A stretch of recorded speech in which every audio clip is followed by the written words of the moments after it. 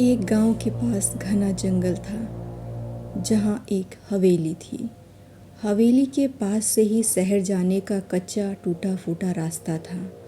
लोगों का मानना था कि उस हवेली में भूत रहते हैं। जो भी व्यक्ति रात को उस रास्ते से गुजरा कभी वापस लौटकर नहीं आया।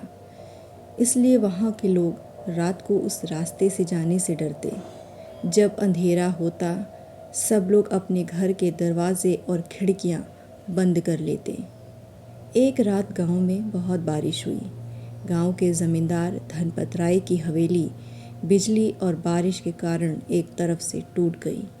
सुबह जब लोगों ने ज़मींदार की टूटी फूटी हवेली को देखा तो लोगों में यह अफवाहें उड़ने लगी कि यह काम जरूर उन भूतों का है, क्योंकि धनपत राय की लाश उन्हें बिल्कुल वैसी ही छत विछत हालत में मिली जैसे गायब हुए लोगों की मिलती थी।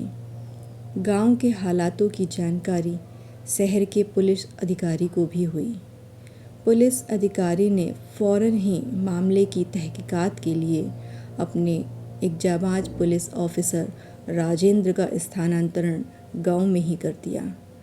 मामले की तह तक जाने के लिए राजेंद्र ने अपने प्रिय मित्र विजय को भी गांव में बुला लिया, जो एक जासूस था।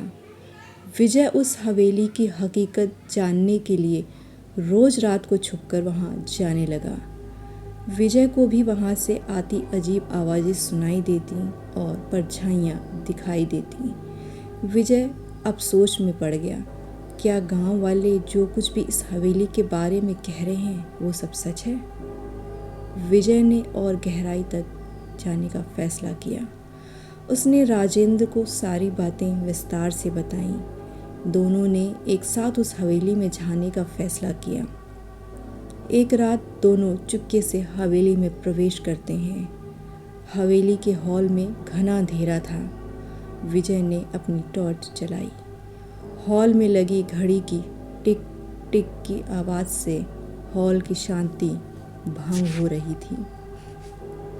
अचानक से विजय का ध्यान गया कि हवेली तो कई सालों से बंद है, फिर ये घड़ी अब तक कैसे चल रही है? दोनों धीरे धीरे उस हवेली के हिस्से की तहकीकात करने लगते हैं। वे दबे पांव एक कमरे में प्रवेश करते हैं। उन्हें उस कमरे से तरह तरह की डरावनी आवाज़ें सुनाई दे रही थीं। कमरे की तलाशी के दौरान उन्हें एक टेप रिकॉर्डर भी मिलता है, जो कमरे की अलमारी के पीछे बने तहखाने में छुपा कर रखा गया था। अब उन्हें यह समझते देर नहीं लगती कि मामला ज़रूर कुछ और है। उस हवेली में कई तहखाने बने हुए थे।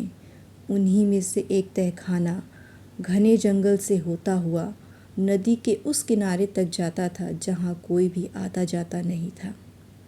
वे दोनों भी उस रास्ते से होते हुए नदी के किनारे तक पहुंच जाते हैं और छुपकर बैठ जाते हैं।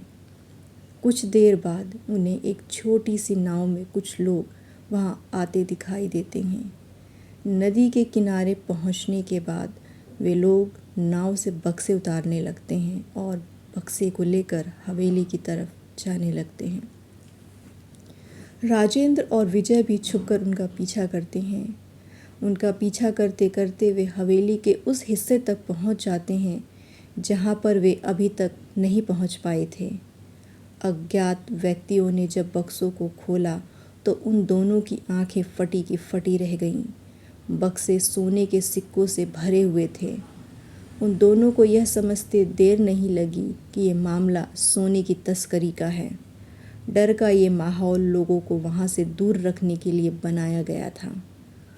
अगली सुबह वे दोनों डीएसपी के ऑफिस में थे और डीएसपी को सारी सच्चाई से अवगत कराते हैं। डीएसपी के साथ मिलकर उन तस्करों को पकड़ने का प्लान बनाया जाता है। अगली रात राजेंद्र और विजय कुछ और पुलिस अधिकारियों के साथ बेहद ही डरावनी वेशभूषा में हवेली के उस हिस्से में प्रवेश करते हैं। अचानक भूतों को अपने सामने देखकर तस्करों के होश उड़ जाते हैं, क्योंकि वे जानते थे कि आज तो उन्होंने लोगों को डराने के लिए भूतों का कोई ड्रामा ही नहीं रचा था, तो फिर ये क्या था? जो उनके सामने है। अभी वे कुछ समझ पाते उससे पहले ही पुलिस ने आसानी से उन्हें पकड़ लिया।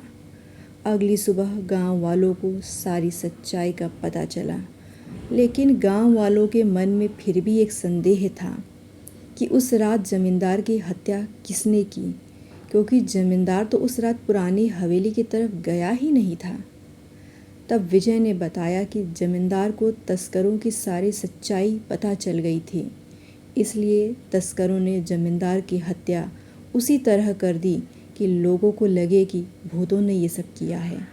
गांव वालों ने राजेंद्र और विजय सहित सभी पुलिस वालों को धन्यवाद दिया कि उन्होंने गांव वालों को इस डर से मुक्ति जो दिलाई थी।